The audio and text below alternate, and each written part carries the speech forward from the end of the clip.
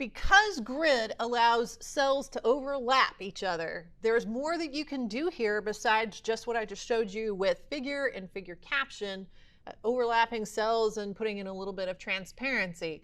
In the 11 bonus CodePen, which is available from the website, here I have an actual animation that's going on here. And we have, in this case, 2 images of cats that are fading one into the other. And I have coded this with CSS Grid and CSS Animation. So I'll just talk you through a little bit about how this is set up so you can see how this is done. I'm not saying it's a perfect solution or a beautiful solution. Clearly, we could add some UI here with something like JavaScript to give a user more control over what's going on. But this is just to generate some interest in overlapping grid cells and to get you thinking about other ways that you might be able to use them in your own work.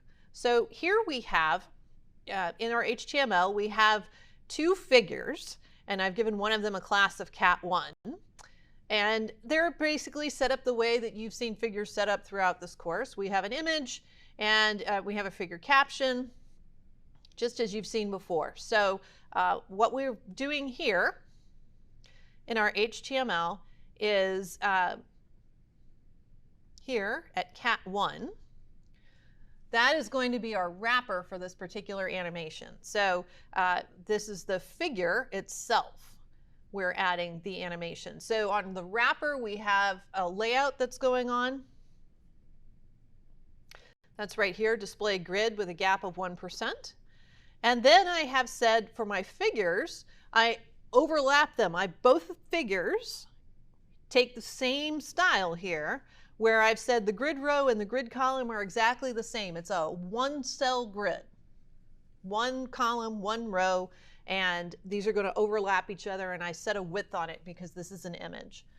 Notice too, I've added a property here called justify self center, and that is a grid property that allows this fixed width piece of content to center itself in the middle of that particular cell. Then on cat1, I can just fill in the kind of animation that I want. So what I'm really doing here is I'm fading in and out the cat that's on top, cat1. That fades in and out. And the other cat is up there on the screen the whole time, but because the first cat is fading in and out, it looks like they are alternating, even though they're not. If you're not familiar with CSS animation, this isn't a CSS animation course, but I'll just briefly sort of tell you what these properties are and what they do.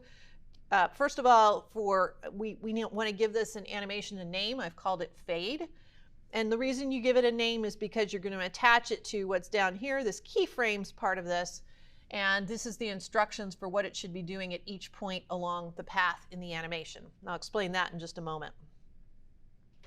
So I've given it a 1-second delay to start. The reason I do that is because we want to give these images a chance to load in before the animation starts. We can say how long we want the animation to last. In this case, I've said 5 seconds. Then we have some things about the animation fill mode. I've said both. The iteration count infinite, in other words, never stop. You could put in some number of iterations here if you want. And the animation direction is alternate. So we're going to run the animation this way, and then we're going to run it back. We're going to run it this way, and we're going to run it back. If you put it all in one direction, so it runs start to finish, start to finish, start to finish, that can get a little bit choppy. So here it's running back and forth. So that's sort of the broad characteristics of the CSS animation up front. And then here in the keyframes, we say exactly what we want to do. And I've set up 0%, 25%, 75%, and 100%. That is of the time. That's what those percents are referring to. 100% of the time would be, in this case, 5 seconds, the animation duration that I set here. So 25% of 5 seconds would be at 1.25 seconds in this specific case. We're going to do this thing.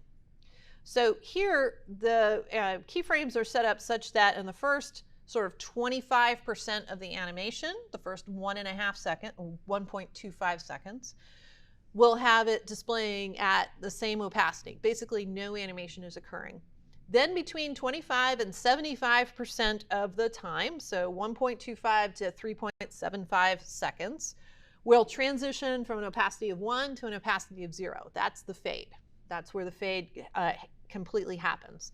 And then we'll keep that to 100%. So that's what's happening here. Just 2 grid cells, we've placed them on top of each other, then we animate one to fade in and out. So that's one idea that you might take away in thinking about overlapping grid cells and what you could do with them in your designs.